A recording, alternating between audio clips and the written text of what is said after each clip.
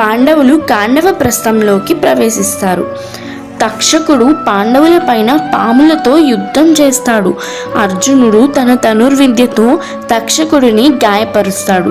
తర్వాత తక్షకుడు మహేంద్రుడిని ప్రత్యక్షం చేసుకొని ఆయన చేసిన వాగ్దానాన్ని గుర్తు చేస్తాడు.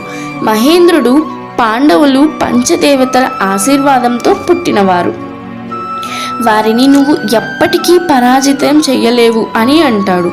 మహేంద్రుడు పాండవుల చేతిలో పరాజితం పొందితే తక్షకుడు కూడా పరాజితం పొందుతాడు. దేవేంద్రుడు తక్షకునికి అన్యాయం చేశాడని తక్షకుడు ఇలా వాగ్దానం చేస్తాడు: నీ పుత్రుని వంశంలోని తట్టకడపతిలోని సంతతిని నేనే అంతం చేస్తా అని ప్రతిజ్ఞ చేస్తాడు. అంటే అర్జునుడికి పుట్టే సంతానాన్ని అంతం చేస్తానని ప్రతిజ్ఞ చేసుకుంటాడు.